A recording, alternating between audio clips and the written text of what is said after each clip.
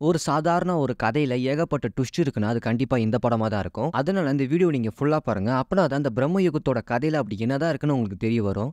இந்த படத்தோட கதையே 17ஆம் நூற்றாண்டுல ஆரம்பிக்குது. ஒரு அடர்ந்த காட்டுக்குள்ள 2 பேர் எங்கிருந்தோ தப்பிச்சு வந்து, போக வழி இல்லாம அந்த காட்டுக்குள்ளயே மாட்டிக்கிறாங்க. ஆனா அந்த காட்டுக்குள்ள ஏதோ ஒரு தீய சக்தி இருக்கு. நம்ம எரிய வச்ச நெருப்ப அணையாம பாத்துக்கணும் அப்படின்னு நைட்டு முழுக்க எங்கேயுமே நகராம அதே இடத்துல இருக்காங்க. நைட் நேரம் ஹீரோவும் தூங்கிட்டு இருக்காரு. அப்ப திடீர்னு கண் முழிச்சு பார்த்தா அவர் கூட வந்த ஒருத்தனை ஆள காணோம். அப்போ ஒரு அழகான ஒரு பொண்ண காட்டுறாங்க. அந்த பொண்ணோட கண்ண பார்த்தாலே எல்லாரும் மயங்கிடுவாங்க. ஏன்னா அந்த அளவுக்கு ஒரு அழகு. அரைகுறையான ஒரு ட்ரெஸ்ஸோட ஹீரோ முன்னாடி வந்து நிக்குது. ஆனா ஹீரோ அந்த பொண்ண பார்த்து மயங்கல. ஹீரோ கூட இருந்தவன் மட்டும் அந்த பொண்ண பார்த்து மயங்கிடுறான். ஹீரோக்கு மட்டும் ஏதோ இந்த விஷயம் தப்பா இருக்கு. நம்ம இங்க இருந்து போயிடணும் அப்படின்னு சொல்லி அங்க இருந்து தப்பிச்சு போயிடுறாரு. ஆனா ஹீரோ கூட வந்தவன் மட்டும் அந்த இடத்தை விட்டு நகரவே இல்ல. அந்த பொண்ணோட அழகுல மயங்கி 2 பேருமே ஒண்ணு சேரும்போது திடீர்னு அந்த பொண்ணு ஆக்ரோஷமா கத்தி அவனோட ரத்தத்தையே குடிக்குது. அப்பதான் அது ஒரு ரத்த காட்டேரி அப்படின்னு சொல்லி நமக்கு தெரிய வருது. அடுத்த நாள் காலையில விடியும் போது ஹீரோ எப்படியாச்சும் இந்த காட்டை விட்டு தப்பிச்சாகணும் அப்படின்னு சொல்லி பார்த்தா ஒரு மிகப்பெரிய ஒரு அருவில மாட்டிக்கிறாரு. அந்த அருவியை தாண்டி அவரால் போகவும் முடியாது. இப்ப வந்த வழியிலயும் அவரால் போக முடியாது. இப்ப 2 பக்கம் தான் இருக்கு. அப்படி ஒரு பக்கம் போகும்போது காட்டுக்குள்ள ரொம்ப தூரத்துல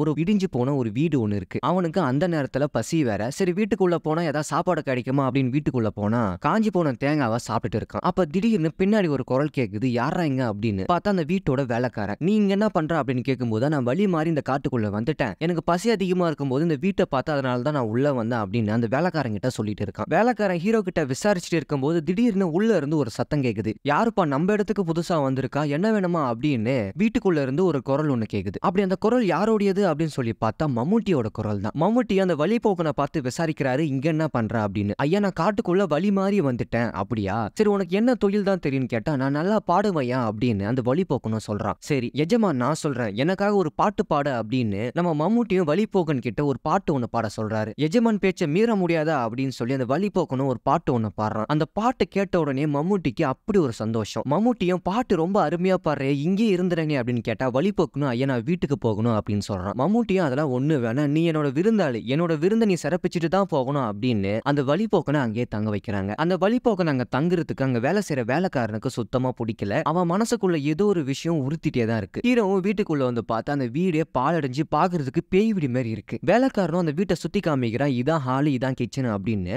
எக்காரந்து கொண்டோ தெக்க பக்கம் ரூம் இருக்கிற மட்டும் போகாத, இதுக்கு முன்னாடி ஒரு பைத்தியம் தான் அந்த பக்கம் ஏதோ புதையல் இருக்கு அப்படின்னு சொல்லி அந்த பக்கம் போனவன் தான் இது வரைக்கும் அவனை ஆளையே காணும். சோ நீ எந்த ஒரு காரணத்துக்காகவும் தெற்கு பக்கம் இருக்கிற ரூமுக்கு போகவே கூடாது அப்படின்னு வேலைக்காரன் ஹீரோ கிட்ட கண்டிஷனா சொல்லிடுறான். அந்த சமயம் பார்த்து மேல இருந்து ஒரு சங்கிலி சத்தம் கேக்குது. சங்கிலி போட்டுட்டு யாரோ நடக்கிற மாதிரி ஒரு சத்தம். அந்த சத்தத்தை கேட்ட உடனே இந்த வீட்டுக்குள்ள அமானுஷ்யமான சத்தங்கள் நிறைய வரும். அதெல்லாம் நீ எதுவுமே காதுல வாங்கிக்க கூடாது அப்படின்னு வேலைக்காரனும் ஹீரோ கிட்ட நீ அந்த அளவுக்கு எதுவுமே கண்டுக்காம இரு அப்படின்னு சொல்லி அவனுக்கு தெரிஞ்ச ஒரு அட்வைஸ போடுறான். வீட்டுக்கு வந்த விருந்தாளியே அன்னைக்கு நைட்டே சாப்பாடுலாம் போட்டு தடபடலாம் மம்முட்டி கவனிக்கிறாரு. ஹீரோவும் கண்டிப்பா நான் கடவுளுக்கு நன்றி சொல்லுவேன், ஏன்னா அவர் தான் உங்ககிட்ட என்ன வந்து சேர்த்தாரு அப்படின்னு அப்படி சொல்லும் போதே மம்முட்டிக்கு பயங்கர கோவம். ஏண்டா உனக்கு சாப்பாடும் தங்குறதுக்கு இடமும் கொடுத்தது நானு, நீ என்னடா கடவுளுக்கு நன்றி சொல்ற அப்படின்னு மம்முட்டி ஒரு மாதிரியா பேச ஆரம்பிக்கிறாரு. ஹீரோவும் இல்ல அந்த கடவுள் தானே உங்ககிட்ட வந்து என்ன சேர்த்தாரு, சோ அதனால தான் நான் அவருக்கு நன்றி சொன்னேன் அப்படின்னு சொன்னா, கடவுளால நீங்க வரல, விதியால மட்டும்தான் நீங்க வந்த அப்படின்னு மம்முட்டி ஒரு மாதிரி கோவமா பேசுறாரு. சரி ஒரு வழியா பேச்சுவார்த்தை எல்லாமே முடிஞ்சு அன்னைக்கு நைட்டே சாப்பிட்டு தூங்க போனா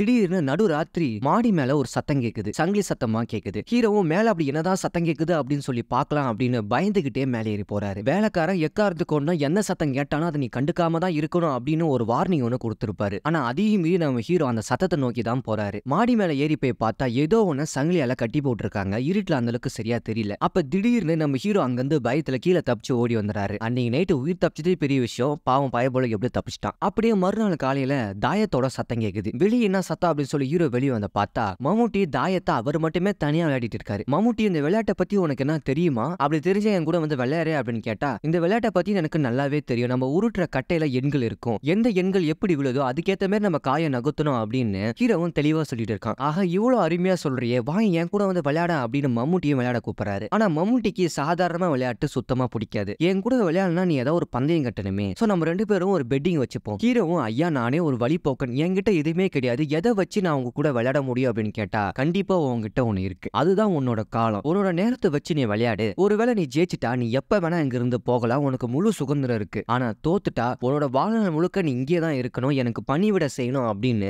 மம்முட்டியும் ஹீரோவோட காலத்தையே பணைய வைக்க செய்யறாரு. ஆனா ஹீரோக்கு இந்த நிம்மதினா சுத்தமா பிடிக்கல. நான் அந்த விளையாட்டுக்கு வரல அப்படின்னு சொல்லி விளக்க பாக்குறாரு. சரி இந்த விளையாட்டை நீ வரல, அந்த தாயக்கட்டை என்கிட்ட கொடு அப்படின்னு சொல்லி மம்முட்டி கை நீட்டும் போது ஹீரோவும் மம்முட்டி கை மேல அந்த தாயக்கட்டை போடுற அந்த சமயத்துல மம்முட்டி கையை எடுத்துறாரு. அப்ப அந்த தாயக்கட்டைகள் எல்லாருமே விளையாடுற அந்த பலகை மேல விழுந்துடுது. ஆஹா பாத்தியா நீ தாயத்தை உருட்டிட்ட, நீ விளையாட ஆரம்பிச்சுட்ட அப்படின்னு ரொம்பவே சூழ்ச்சி மூலியமா ஹீரோவை மம்முட்டி விளையாட வைக்கிறாரு. ஹீரோக்கு வேற வழியே இல்ல, விளையாட ஆரம்பிக்கணும் அப்படின்னு விளையாடுறாங்க ரொம்ப நேரமே விளையாடுறாங்க. அதே சமயம் இன்னொரு பக்கம் வேலைக்காரனும் கோழியெல்லாம் அறுத்து தடபுடலா ஒரு சாப்பாடை ரெடி பண்ணிட்டு இருக்கான். இவங்க ரெண்டு பேருமே விளையாடிட்டே இருக்காங்க. ஒரு கட்டத்துக்கு மேல மம்முட்டி 12 போட்டா அவருக்கு வெற்றி, ஒருவேளை மாத்தி போட்டா அவர் தோத்துருவாரு. கரெக்டா அவர் உருட்டுற அந்த சமயம் பார்த்து கட்டையில 7 விழுந்துரு. ஆஹா பாத்தீங்களா நீங்க தோத்துட்டீங்க அப்படின்னு சொல்லி வாயை மூடல, அந்த கட்டை ஆட்டோமேட்டிக்கா 12 மாறிடுது. நம்ம ஹீரோக்கு ஒண்ணுமே புரியல, மம்முட்டி ஜெயிச்சிட்டாரு. இப்ப ஹீரோக்கு வேற வழியே இல்ல, வாழ்நாள் முழுக்க இங்கேதான் காலத்தை தள்ளியாகணும். தோத்த சோகத்துல அவர் மட்டும் அவர் வேலையை பார்க்க போறாரு. அன்னைக்கு நேற்று தடபுடலா விருந்து ஏற்பாடு பண்ணிட்டு இருக்கிற அந்த சமயத்துல ஹீரோவும் நம்ம முதலாளி ஞானில அவர் எவ்வளவு பெரிய அறிவாளில அப்படின்னு சொல்லி பேச்ச போறான். ஆனா வேலைக்காரன் அந்த ஆளுக்கு அறிவாளி எல்லாம் கிடையாது, அவன் ஒரு மாயக்காரன், சூழ்ச்சிக்காரன், சோ அவன் வலையில நீ விழுந்துராத அப்படின்னு ஹீரோ எவ்வளவு வான் பண்றாரு. ஆனா ஹீரோக்கு அதை சுத்தமா பிடிக்கல. படி அளக்கிற சாமி அவரை தப்பா பேசாதீங்க, அவர் தப்பா பேச எனக்கு சுத்தமா பிடிக்காது அப்படின்னு இவங்க ரெண்டு பேருமே ஒரு மாதிரியா சண்டை போட்டுக்கிறாங்க. ஆனா இவங்க ரெண்டு பேரும் பேசின விஷயம் காத்து வாக்க நம்ம மம்முட்டியோட காதல விழுந்திருக்கும் போல. அன்னைக்கு நேற்று தடபுடல ரெண்டு பேரும் சாப்பிட்டுட்டு இருக்கும் போது அம்மா வேலைக்காரன் என்னை பத்தி உங்ககிட்ட என்ன சொன்னா அப்படின்னு கேட்டா ஹீரோவும் அதெல்லாம் எதுவுமே சொல்லல அப்படின்னு சொல்லி மழுப்புறாரு. இங்க பாரு, அந்த வேலைக்காரன் சொல்றத எதுவுமே நம்பாத. இதுக்கு முன்னாடி இங்க ஒரு சமையல்காரன் இருந்தான், அவங்கிட்ட என்னை பத்தி தப்பா சொல்லி அவன் என்னை பார்த்தாலே பயப்பட ஆரம்பிச்சிட்டான். ஒரு கட்டத்துக்கு மேல பைத்தியம் முடிச்ச மாதிரி அவனுக்கு ஆயிடுச்சு. நான் தான் அவனுக்கு இப்படியே இருந்தா பத்தாத அப்படின்னு சொல்லி ஒரு 6 அடியில ஒரு நிலத்துல அவனுக்கு நிம்மதியான ஒரு தூக்கத்தை ஒண்ணு கொடுத்துட்டேன். அதாவது அவனை நான் கொலை பண்ணிட்டேன் அப்படின்ற விஷயத்த ஹீரோ கிட்ட நாசுக்கா சொல்றாரு. அப்ப திடீர்னு வேலைக்காரனை கூப்பிட்டு எனக்கு பசிக்குது, உடனே எனக்கு சாப்பாடு கொண்டு வா அப்படின்னு சொல்லி சொல்றாரு. வேலைக்காரனும் சாப்பாடு எல்லாமே தீர்ந்து போச்சு அப்படின்னு சொல்றான். சரி அதுக்கு மம்முட்டியும் ஒன்னும் பிரச்சனை இல்ல, மறுபடியும் சம அப்படின்னு கேட்கும்பொழுது இல்ல காய்கறியும் காலி ஆயிடுச்சு அப்படின்னு சொல்லி திமிராவே பேசுறான். ஒரு மாதிரி திமிரா பேசும்போது மம்முட்டிக்கு பயங்கரமா கோவம் வந்துருது. ஏன் முன்னாடி நீ திமிரா பேசுறியா தாழ்த்தப்பட்டவனே அப்படின்னு வேலைக்காரனை பார்த்து மம்முட்டி பயங்கரமா கோவப்படுறாரு. ஆனா அந்த வேலைக்காரன் தலையை கீழே குனிய மாட்டான். கோவம் அதிகமான மம்முட்டியும் அவர் உட்கார்ந்து இருக்கிற சேர்ல லைட்டா நகத்தை கீறாரு. அப்படி கீறின உடனே அங்க இருக்கிற இடம் எல்லாமே தகன்னு ஆடுது. அங்க இருக்கிற பொருட்கள் எல்லாமே தானாகவே கீழே விழுது. ஆனா அப்படி இருந்துமே அந்த வேலைக்காரன் தலையை கீழே குனியவே இல்ல. இதனால இன்னும் கோவம் அதிகமான மம்முட்டி தன்னோட கையை நீட்டி தன்னோட விரட்களை அசைக்கிறாரு. அந்த கைக்கு ஏத்த மாதிரி வேலைக்காரனோட தலை ஆட்டோமேட்டிக்கா மம்முட்டியோட கையில வந்து நிக்குது. ஒழுங்கு மரியாதையா தலையை கீழே குனிஞ்சிரு, அப்படி இல்ல உன்னோட கழுத்தை நான் நெரிச்சிருவோம் அப்படின்னு மிரட்டுறாரு. வேலைக்காரனுக்கு வேலை வெளியே இல்லாம என்ன மன்னிச்சிருங்க எஜமா அப்படின்னு சொல்லி வேலைக்காரனும் தன்னோட தலையை கீழே குனிஞ்சு எஜமான் கிட்ட மன்னிப்பு கேட்கிறாரு. நடந்த விஷயத்த எல்லாமே பார்க்கும்போது ஹீரோக்கு ஒண்ணுமே புரியல. அது எப்படி எஜமா கோவப்பட்டதால எல்லா பொருட்களும் ஆட்டோமேட்டிக்காவே நகர்ந்தது. அது மட்டும் இல்லாம எஜமானோட கை அசைவிலே வேலைக்காரனோட தலை ஆட்டோமேட்டிக்கா அவர் கைக்கு வந்துருச்சு அப்படின்னு ஹீரோக்கு ஒண்ணுமே புரியல. அப்பதான் இது விஷயமா வேலைக்காரர்கிட்ட கேட்கும்போது நம்ம எஜமானுக்கு மந்திரம்லாம் தெரிஞ்சிருக்கு, ஒருவேளை அவர் மாந்திரிகக்காரரா அப்படின்னு சொல்லி கேள்வி கேட்கிறான். அப்பதான் வேலைக்காரன் ஒரு விஷயம் சொல்றான், இவனுங்க எல்லாமே சூழ்ச்சிக்காரனுங்க, அதோட இவனோட வரலாறு நீ தெரிஞ்சுக்கணும்னா ரொம்ப வருஷத்துக்கு முன்னாடி போகணும் அப்படின்னு மம்முட்டிக்கு பிளாஷ்பேக்னு ஒன்று இருந்திருக்கு. அந்த பிளாஷ்பேக் வேலைக்காரன் நம்ம ஹீரோ கிட்ட சொல்றான். பிளாஷ்பேக் உள்ள போனா ஒரு 300 வருஷத்துக்கு முன்னாடி மம்முட்டியோட தலைமுறையை சேர்ந்த ஒருத்தன் வராகி அம்மனை வேண்டி கடுமையான ஒரு தவம் புரியுறான். அவனோட தவத்தால வராகி அம்மன் சந்தோஷம் அடைஞ்சதால உனக்கு என்ன வேணாலும் கேளு அப்படின்னு சொல்லி வராகி அம்மன் அவனுக்கு ஒரு இரும்பு போட்டியை வரமா கொடுக்குறாங்க. அந்த இரும்பு போட்டிக்குள்ள ஒரு குட்டி சாத்தான் ஒண்ணு இருக்கு. இந்த குட்டி சாத்தானை வச்சு நீ நினைச்சதை நிறைவேற்றிக்கலாம் அப்படின்னு. எதனால குட்டி சாத்தானை வரமா கொடுக்குறாங்கன்னா ஏன்னா இது பிரம்மயுகம், கலியுகத்தோட ஒரு பகுதி தான் பிரம்மயுகம். பிரம்மயுகத்துல கடவுளுக்கு வேலையே இல்ல, அதாவது நல்ல சக்திக்கு அங்க வேலையே இல்ல, ஒன்லி தீய சத்தியம் மட்டும்தான். வராகி அம்மன் பாதாள லோகத்துக்கு கடவுளா இருக்காங்க. சோ அதனாலதான் ஒரு குறிப்பிட்ட டைம் வரைக்கும் அவங்களாலே வர முடிஞ்சது. ஒரு கட்டத்துக்கு மேல அந்த குட்டி சாத்தான மம்முட்டியோட வம்சாவளிக்கு கொடுத்துட்டு அங்க இருந்து போயிடுறாங்க. அந்த குட்டி சாத்தானை வச்சு அவங்க நினைச்சதை செஞ்சுக்கிறாங்க. ஆனா ஒரு கட்டத்துக்கு மேல அந்த சாத்தான ரொம்பவே அடிமைத்தனம் படுத்ததால இதுக்கப்புறம் இவங்க கிட்ட நம்மளால இருக்க முடியாது அப்படின்னு அந்த குட்டி சாத்தான் மம்முட்டியோட தலைமுறையே தான் கண்ட்ரோல கொண்டு வந்து இந்த வம்சத்துல ஒருத்தங்க கூட உயிரோட இருக்கக்கூடாது அப்படின்னு எல்லாரையுமே அந்த குட்டி சாத்தான் சாவடிச்சிருது. எத்தனையோ மாந்திரிக வாதிகள்லாம் வந்து அந்த குட்டி சாத்தான அடக்க பார்த்தாங்க. ஆனா அந்த குட்டி சாத்தான் இன்னுமே அடங்கவில்லை. ஒரு கட்டத்துக்கு மேல அந்த வம்சத்தோட கடைசி வாரிசு தான் மம்முட்டி. அவரும் வந்து அந்த குட்டி சாத்தான அடக்க பார்த்தாரு. ஆனா அவராலுமே கடைசி வரைக்கும் அந்த குட்டி சாத்தான அடக்க முடியல. அந்த சாத்தானோட ஆதிக்கம் இங்க இருக்கிறதால தான் ஒரு பூ கூட இங்க பூக்காம இந்த வீடியோ ரொம்பவே பாழடைஞ்சு கிடக்குது. சோ இதுக்கு முன்னாடி நடந்த விஷயத்தையும் எதனால மம்முட்டி இந்த மாதிரி நடந்திருக்காங்க அப்படின்ற விஷயத்தையும் அந்த வேலைக்காரன் நம்ம ஹீரோ கிட்ட சொல்லிட்டு இருக்கான். இந்த விஷயத்தை கேட்ட உடனே ஹீரோக்கு பயங்கர பயம் வந்துருது. எப்படியாச்சும் இங்க இருக்கக்கூடாது, இங்க இருந்து எப்படியாச்சும் தப்பிக்கணும் அப்படின்னு சொல்லி அவரை இருக்கிற துணி எல்லாமே எடுத்துட்டு அங்க இருந்து தப்பிக்க பாக்குறாரு. ஆனா வேலைக்காரன் எவ்வளவு சொல்லி பாக்குறான் இங்க இருந்து நம்மளால தப்பிக்க முடியாது அப்படின்னு. ஆனா அது எதுவுமே கண்டுக்காம ஹீரோவும் அங்க இருந்து தப்பிக்க பாக்குறாரு. ஒரு கட்டத்துக்கு மேல அந்த வீட்டை தாண்ட பாக்குறாரு. கொஞ்ச தூரம் போன உடனே அவருக்கு லைட்டா வயிறு வலி வருது. அந்த வீட்டை கடக்க கடக்க ஒரு வயிற்று வலி அதிகமாகி அவர் ரத்தம் வாந்தி எடுக்கிறாரு. அப்பதான் அவருக்கு ஒரு விஷயமே புரியுது. நம்ம அந்த வீட்டை தாண்டும் போது தான் நமக்கு வயிறு வலி வர ஆரம்பிச்சுது. அப்போ ஒருவேளை அந்த வீட்டுக்குள்ள போனா நமக்கு வயிறு வலி நின்று நம்ம ரத்தம் வாந்தி நின்னுடுமோ அப்படின்னு அந்த வீட்டுக்குள்ள மறுபடியும் போறாரு. வீட்டுக்குள்ள போகும்போது வீட்டு வெளி வாசல்ல மம்முட்டி நிக்கிறாரு. என்னோட அனுமதி இல்லாம அந்த வீட்டை நீ தாண்டணும் அப்படின்னு சொன்னது உன்னோட குற்றம். சோ அதனால நீ அனுபவி அப்படின்னு அவன் ரத்தம் வாந்தி எடுத்துட்டே தான் இருக்கான். ஒரு கட்டத்துக்கு மேல அவனால எதுவுமே பண்ண முடியல. அப்பதான் ஹீரோவும் மம்முட்டி கிட்ட கெஞ்சி கேக்குறாரு, தயவு செஞ்சு என்ன இந்த வீட்டை விட்டு வெளியே போக அனுமதித்தாங்க அப்படின்னு. மம்முட்டி ஒரு கட்டத்துக்கு மேல உனக்கு இந்த வீட்டை விட்டு வெளியே போக அனுமதி இல்ல அப்படின்னு சொல்லிடுறாரு. வேற வழியே கிடையாது. இந்த வீட்டை விட்டு ஹீரோவால தாண்டவும் முடியாது. கடைசி வரைக்கும் இந்த வீட்டுக்குள்ளதான் இருந்தாகணும். ஒண்ணு இங்க நடக்கிற விஷயங்களை அவர் கண்டுபிடிச்சு சமாளிச்சுதான் அவர் வெளியே போகணும். மம்முட்டி தான் குட்டி சாத்தான அழிச்சிட்டாரு. அதுக்கப்புறமா ஏன் குட்டி சாத்தானால ஆதிக்கம் அதிகமா இருக்கு அப்படின்னு ஏகப்பட்ட கேள்விகளோட அந்த படத்தோட இன்டர்வல் அதோட இந்த படமே இன்னும் சுவாரஸ்யமா ஆரம்பிக்குது. ஹீரோவும் எப்படியாச்சும் இங்க இருந்து தப்பிச்சாகணும் அப்படின்னு வேலைக்காரங்கிட்ட புலம்பிட்டு இருக்கான். இங்க நான் ரொம்ப நாளா இங்கே தான் இருக்கேன், இங்க வந்து நான் மாட்டிக்கிட்டேன் அப்படின்னு வேலைக்காரங்கிட்ட சொல்லும்போது, என்னது ரொம்ப நாளா, நீ வந்து ரொம்ப வாரங்கள் ஆச்சுப்பா அப்படின்னு சொல்றான். சரி உங்க அம்மா பேராச்சும் உனக்கு ஞாபகம் இருக்கா அப்படின்னு சொல்லி பார்த்தா ஹீரோக்கும் அவங்க அம்மா பேரும் ஞாபகம் இல்ல. சரி உன் பேராச்சும் உனக்கு ஞாபகம் இருக்கா அப்படின்னு சொல்லி கேட்டா ஹீரோக்கும் அவர் பேரே ஞாபகம் இல்ல. ஏன்னா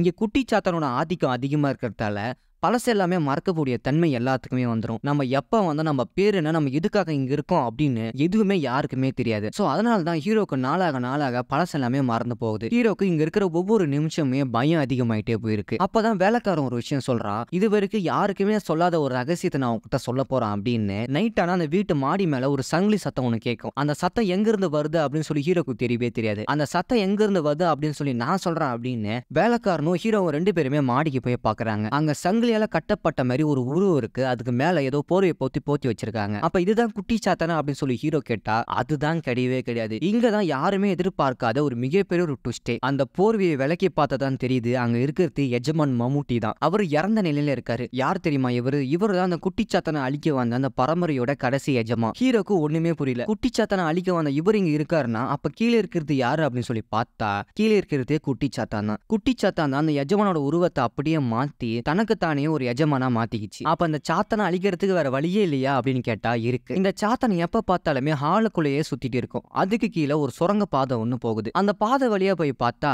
ஒரு பூட்டப்பட்ட அறையில அந்த அறைக்குள்ள ஒரு விளக்கு ஒண்ணு, அதாவது அணையா விளக்கு ஒண்ணு எரிஞ்சிட்டு இருக்கும். அந்த விளக்கு நம்ம எப்படியாச்சும் அணைச்சிட்டோம்னா இந்த சாத்தனை ஓரளவுக்கு நம்மளால கண்ட்ரோல் பண்ண முடியும். அதோட அந்த விளக்கு இருக்கிற கதவோட சாவியும் சாத்தன் கிட்ட தான் இருக்கு. அதை எப்படியாச்சும் எடுத்துட்டா நம்ம இங்க இருந்து தப்பிச்சிடலாம் அப்படின்னு சொல்லி வேலைக்காரனும் யோசனை சொல்றான். ஹீரோவும் இதை என்கிட்ட விட நான் பாத்துக்கிறேன் அப்படின்னு அந்த சாவி எடுக்கிறதுக்கான முயற்சி ஆரம்பிக்கிறாரு. இப்ப மறுநாள் காலையில எப்பயும் போல எஜமான் தான் தாயத்தை உருட்டிட்டு இருப்பாரு. ஆனா இந்த தடவை நம்ம ஹீரோ அந்த தாயத்தை உருட்டுறாரு. அப்பதான் நம்ம ரெண்டு பேரும் ஒரு விளையாட்டு விளையாடலாமா அப்படின்னு சொல்லி எஜமான கூப்பிடுறாரு. விளையாடலாம், ஆனா உங்ககிட்ட தான் பணிய வைக்க எதுவுமே இல்லையே அப்படின்னு சொல்லி கேட்டா என்கிட்ட தான் ஒரு சாவி இருக்கே அப்படின்னு சொல்லி ஹீரோ சொல்றாரு. சாவின்னு சொன்ன உடனே மம்முட்டியோட மூஞ்சியா மாறுது. அப்ப இடுப்புல கை வச்சு பாக்குறாரு சாவி இருக்கா இல்லையா அப்படின்னு. அப்ப ஹீரோக்கு ஒரு விஷயம் புரிய வருது. சாவி மம்முட்டியோட இடுப்புல தான் இருக்கு அப்படின்னு சொல்லி அவர் தெரிஞ்சுக்கிறாரு. என்னது சாவியா, எந்த சாவியை பத்தி நீ பேசுற அப்படின்னு சொல்லி கேட்டா என்னோட விடுதலை சாவியே உங்ககிட்ட தானே இருக்கு அப்படின்னு சொல்லி ஹீரோ சொல்றாரு. இருந்தாலுமே ரெண்டு பேருமே ஒரு ஆட்டத்தை போடாம அன்னைக்கு நைட்டே தடபுடலா ஒரு சாப்பாடு விருந்துக்கு ஏற்பாடாகுது. வேலைக்காரனும் தடபுடலா அன்னைக்கு நைட்டுக்கு தேவையான சாப்பாடை ரெடி பண்ணிட்டு இருக்கான். திரும்பி பார்த்தா அந்த இடத்துல திடீர்னு மம்முட்டி நிக்கிறாரு. அவர் வேலைக்காரனோட கழுத்தை பிடிச்சி எனக்கே தெரியாம என்னோட கூடத்துல இருந்து அவனுக்கு மதுபானம் நீ எடுத்து கொடுத்திருக்க, உனக்கு யார் இந்த அதிகாரத்தை கொடுத்தது அப்படின்னு சொல்லி கழுத்தை போட்டு நெரிக்கிறாரு. அவன் வரத்துக்கு முன்னாடி எல்லாமே கரெக்டா இருந்தது, ஆனா இதுக்கப்புறம் எல்லாமே தப்பா நடக்குது, இதுக்கு அவன் தானே காரணம், அவனுக்கு ஒரு குழியை விட்டு அப்படின்னு வேலைக்காரனை மிரட்டிட்டு போறாரு. இப்ப குட்டி சாத்தான மம்முட்டி ஹீரோவை பார்த்து ஒரு பாட்டு பாட சொல்றாரு. நம்ம ஹீரோவும் பாட்டுலாம் பாடி முடிச்சுட்டு ஒரு கேள்வி ஒண்ணு கேட்கிறாரு. உங்களை பத்தி வேலைக்காரன் நிறைய விஷயம் சொன்னா உங்களோட சுயரூபத்தை நான் பார்க்கலாமா அப்படின்னு சொல்லி கேட்கறான். அதுக்கான காலமும் இப்ப இல்ல அப்படின்னு சொல்லி மம்முட்டியும் ஏதோ சொல்லி மலுப்புறாரு. ஒரு கட்டத்துக்கு மேல தண்ணி காலி அடிச்சு போய் தண்ணி மொண்டா அப்படின்னு தண்ணி மொண்டார சொல்றாரு. தண்ணி மொண்டார சொம்பு வாங்கும் பொழுது மம்முட்டி அந்த சொம்பு இறுக்கமா புடிச்சுக்கிறாரு. சொம்ப விடவே மாட்டாரு. ஒரு கட்டத்துக்கு மேல எல்லாமே விதிப்படி தான் நடக்கும், நீ உள்ள போய் தண்ணி மொண்டுவா அப்படின்னு மிரட்டலான முறையில மம்முட்டி ஹீரோக்கு பயமுறுத்துறாரு. சமையல் கட்டு உள்ள போன ஹீரோவும் அழுதுகிட்டே தண்ணியை எடுக்கிறான். அப்ப பக்கத்துல ஒரு கத்தி ஒண்ணு இருக்கு, இதுக்கே சேஃப்டிக்கு இருக்கட்டுமே அப்படின்னு சொல்லி அந்த கத்தி எடுத்து வச்சுக்கிறான். தண்ணி எடுத்துட்டு வந்தா மம்முட்டியை அசந்து தூங்கிட்டு இருக்காரு. இதான் சமயம், எப்படியாச்சும் சாவி எடுத்தாகணும் அப்படின்னு மம்முட்டியோட இடுப்பு பகுதியை தடவி பாக்குறான். சாவி எங்கன்னா இருக்கா அப்படின்னு அப்படியே தடவி பார்த்துட்டே இருக்கும்போது திடீர்னு பார்த்தா மம்முட்டியை முழிச்சிடுறாரு. ஏன்டா இப்படிலாம் நீ பண்ணுவனு எனக்கு ஏற்கனவே தெரியுண்டா அப்படின்னு கழுத்தை போட்டு நெரிக்கிறாரு. ஒரு கட்டத்துக்கு மேல என்னோட வாயை பாரு அப்படின்னு சொல்லி அவர் வாய் உள்ள இருந்து ஒரு மிகப்பெரிய ஒரு வெளிச்சம் ஒண்ணு வருது. அதே சமயம் கீழே பாதார அறைக்குள்ள யாரோ அந்த கதவை திறக்கிறாங்க மாதிரி ஒரு சத்தம் ஒண்ணு கேக்குது. அந்த சத்தத்தை கேட்ட உடனே அப்படியே இடுப்புல இடுப்புல கை வச்சு பாக்குறாரு, சாவி எங்க காணோம். அப்ப சாவி எங்க போயிருக்குன்னு பார்த்தா வேலைக்காரனோட கழுத்தை பிடிச்சி ஏன்டா அவனுக்கு நீ சரக்க ஊத்தி கொடுத்த அப்படின்னு சொல்லி மம்முட்டி மிரட்டிட்டு இருப்பாரு. அந்த சமயத்துல வேலைக்காரனும் அந்த சாவியை லவுட்டிட்டு போய் கீழே இருக்கிற கதவை திறந்து அந்த விளக்க அணைச்சிருவான். அவன் விளக்க அணைச்ச அந்த சமயத்துல அந்த வீட்டுக்குள்ள இருக்கிற எல்லா விளக்குமே அணைஞ்சிரும். ஒரு கட்டத்துக்கு மேல மம்முட்டிக்கு பயங்கர கோவம் வந்துருது. வேலைக்காரன் அந்த விளக்க அணைச்ச அடுத்த நிமிஷமே நமக்கு இதுக்கப்புறம் டைம் கிடையாது, உடனடியா அந்த வராகி அம்மன் கொடுத்த பொட்டியை தேடணும் அப்படின்னு மம்முட்டி இத்தனை நாளா பூஜை பண்ணிட்டு இருக்கிற அந்த பூஜை அறையில தான் அந்த பொட்டி இருக்கு. ஹீரோவும் நம்ம வேலைக்காரனும் ரெண்டு பேருமே அந்த பொட்டி எடுக்கிறாங்க. இந்த பொட்டிக்குள்ளதான் அந்த குட்டி சாத்தனை அடக்கணும் அப்படின்னு சொல்லி வேலைக்காரனும் ஹீரோ கிட்ட சொல்லிட்டு இருக்காரு. அதே சமயம் இந்த குட்டி சாத்தனை நம்ம அடக்கும் போது பல விதத்துல அது நம்மள அடிமையாக்க பார்க்கும். அந்த சாத்தனோட பேச்சை கேட்டா என்னையே எதிர்த்து நிப்ப, அதோட இந்த உலகத்துல சாத்தான மட்டும் தான் நல்லவங்க அப்படின்ற மாதிரி தன்னையே மயக்கிற அளவுக்கு பேசும். சோ எந்த அளவுக்குமே நீ மயங்கிடாத, நீ யாரு, உன்னோட மனதளவுல நீயாவே இரு அப்படின்னு வேலைக்காரனும் அந்த சாத்தன மூலியமா என்னென்னலாம் தீங்கு வருமோ அதெல்லாமே சொல்லி கூட்டிட்டு போறான். கீழே இருக்கிற அறையில போய் பார்த்தா அந்த விளக்கு அணைஞ்ச உடனே அந்த சாத்தான் அங்க இருக்கிற ஒரு இருட்டான ரூம்ல போய் அடைஞ்சிக்கிச்சு. சாத்தான் மம்முட்டி எங்க ஒளிஞ்சிருக்காரோ அந்த இடத்த கண்டுபிடிச்சி ஹீரோக்கும் சாத்தானுக்கும் பயங்கர சண்டை நடக்குது. ஒரு கட்டத்துக்கு மேல ஹீரோ வச்சிருந்த கத்திய சாத்தானோட கையிலேயே குத்திடுறாங்க. அப்ப அங்க ஒரு கொல்லிக்கட்டை நெருப்புக்காக வச்சிருப்பாங்க. அந்த நெருப்புல தண்ணி பட்ட உடனே அந்த தண்ணி சாத்தனோட உடம்புல பட்ட உடனே ஒரு ஆசிட் மாதிரி மாறி சாத்தனோட உடம்பே எரியுது. சோ இதை பயன்படுத்தி ரெண்டு பேருமே டிஃபைன் பண்ணி சாத்தா கிட்ட இருந்து தனக்கு பாதுகாக்க பாக்குறாங்க. சாத்தானுக்கும் இவனுங்களுக்கு பயங்கரமா சண்டை நடக்குது. ஒரு கட்டத்துக்கு மேல சாத்தானோட வயித்தை கிழிச்சிடறாங்க. வயித்தை கிழிச்சதால சாத்தனுக்கு பயங்கரம் வந்துருது. என்ன தைரியம் இருந்தால் தாழ்த்தப்பட்ட இனத்திலிருந்து வந்து என்னையே நீங்க அடக்க பாப்பீங்க அப்படின்னு சொல்லி சாத்தானோ பயங்கரமா பேசிட்டு இருக்கு. அப்பதான் வேலைக்காரன் ஒரு விஷயம் சொல்றான். என்னடா சொன்னா நான் தாழ்த்தப்பட்டவனா அப்படின்னு ஒரு மாதிரியா பேசுறான். இந்த வம்சத்தோட கடைசி எஜமாண்டானா அப்படின்னு யாருமே எதிர்பார்க்காத ஒரு விஷயம் சொல்றான். இந்த வம்சத்தோட கடைசி இடமா மம்முட்டி அப்படின்ற ஒரு தம்புரானுக்கும் இந்த வீட்டை வேலை செய்யற வேலைக்காரிக்கும் பிறந்து வந்தானா. எங்க அப்பா சாகறதுக்கு முன்னாடி சாத்தனா எப்படி கண்ட்ரோல் பண்ணணும், அதை எப்படி அடக்கணும் அப்படின்ற வித்தியை எனக்கு சொல்லி கொடுத்துட்டு தான் போனாரு. சோ அதனாலதான் ஒன்ன நான் இப்ப அடக்கிட்டு இருக்கேன் அப்படின்னு இந்த வம்சத்தோட கடைசி வாரிசே நான் தான் அப்படின்னு ஒரு மிகப்பெரிய ஒரு ட்விஸ்ட் ஒன்று வைக்கிறாரு. சாத்தானுக்கு இது மிகப்பெரிய ஒரு ட்விஸ்டா தான் இருக்கு. நான் அதை எதிர்பார்க்கல அப்படின்னு சொல்லி இப்ப 3 பேத்துக்குமே பயங்கர சண்டை நடக்குது. அப்பதான் வேலைக்காரன் ஹீரோவை பார்த்து அந்த வராகி கொடுத்த அந்த பொட்டியை எடுத்துட்டு வா, அந்த பொட்டியை திறந்தா சாத்தன் ஆட்டோமேட்டிக்கா அடங்கிடும் அப்படின்னு அந்த பொட்டியை எடுத்துட்டு வராங்க. அந்த பொட்டியை ஓபன் பண்ண சொல்லும் பொழுது சாத்தன் ஒரு விஷயம் சொல்லுது. அந்த பொட்டியை திறந்து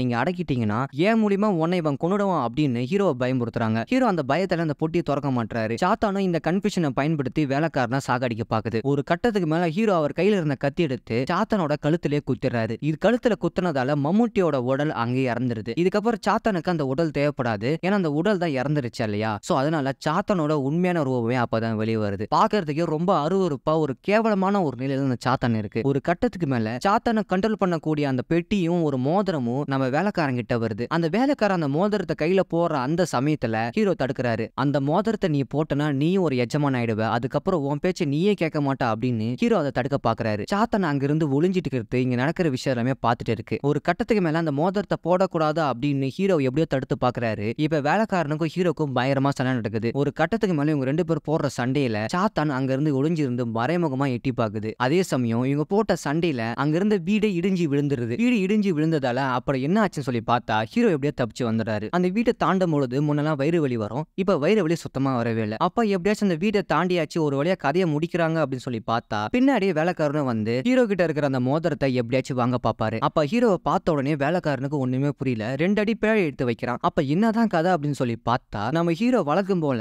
அவரோட இடது காதல் தான் கடுக்கன் போட்டிருப்பாரு. ஆனா இப்ப பார்த்தா வலது காதல கடுக்கன் இருக்கு. இதை பார்த்த உடனே வேலைக்காரனுக்கு ஒண்ணுமே புரியல. அப்படி என்னதான் நடந்துச்சு அப்படின்னு சொல்லி பார்த்தா அந்த வீடு இடிஞ்சு விழுந்ததால நம்ம ஹீரோ அங்கேயே இறந்துடுறாரு. ஹீரோ இறந்ததால அவர்கிட்ட இருக்கிற மோதிரத்தை குட்டி சாத்தான் திருடி அவரோட ரூபத்திலே குட்டி சாத்தான் இப்ப ஹீரோவா மாறிடுச்சு. இதை பார்த்த உடனே வேலைக்காரனுக்கு அந்த குட்டி சாத்தானோட உருவத்துல இருக்கிறது இப்ப ஹீரோ தான் அப்படின்னு தெரிஞ்ச உடனே அங்கிருந்து தப்பிச்சு போறாரு. ஒரு கட்டத்துக்கு மேல ஆத்த கடக்கும் பொழுது முன்னாடி எதையோ பார்த்து பயப்படுறாரு. சாவு நம்ம கிட்ட நெருங்கி வந்துருச்சு அப்படின்னு சொல்லி ஒரு கல்லை எடுத்து எரிய பாக்குறாரு. திடீர்னு யாரோ வேலைக்காரனா துப்பாக்கி எல்லாம் சுட்டுறாங்க. அப்ப அந்த சமயத்துல போர்ச்சுகீரியர்களோட படையெடுப்பு இந்தியாவுல அதிகமா இருந்துச்சு. அவனுங்க அந்த காட்டு வழியா வரும்போது நம்ம வேலைக்காரனா சுட்டே சாவடிச்சிடறானுங்க. இந்த சீன் அப்படியே முடிய ஹீரோவோட உருவத்துல இருக்கிற குட்டி சாத்தான் அந்த ஆத்த கடத்து போகும்போதுதான் அவர் கையில இன்னுமே அந்த மோதிரம் இருக்கு. குட்டி சாத்தானோட ஆட்டம் முடிஞ்சிட்டா அப்படின்னு சொல்லி பார்த்தா இனிமே தான் ஆரம்பமே. இந்த படத்துக்கு செகண்ட் பார்ட் வருமா இல்லையான்னு தெரியல, ஆனா இருந்தாலுமே கலியுகத்தோட ஒரு பகுதியான பிரம்ம யுகத்துல அழிவுக்கு மட்டும்தான் இங்க எப்பவுமே ஆரம்பம், கடவுளுக்கு இங்க வேலையில அப்படின்னு ஒரு முடிவோட அந்த படத்தோட கதையை முடிக்கிறாங்க. சோ இந்த படத்தை பத்தி நீங்க என்ன நினைக்கிறீங்க? இந்த படத்தோட கதை நான் சொன்ன விதம் உங்களுக்கு பிடிச்சிருந்தா மறக்காம நம்ம சேனலை நீங்க சப்ஸ்கிரைப் பண்ணிடுங்க.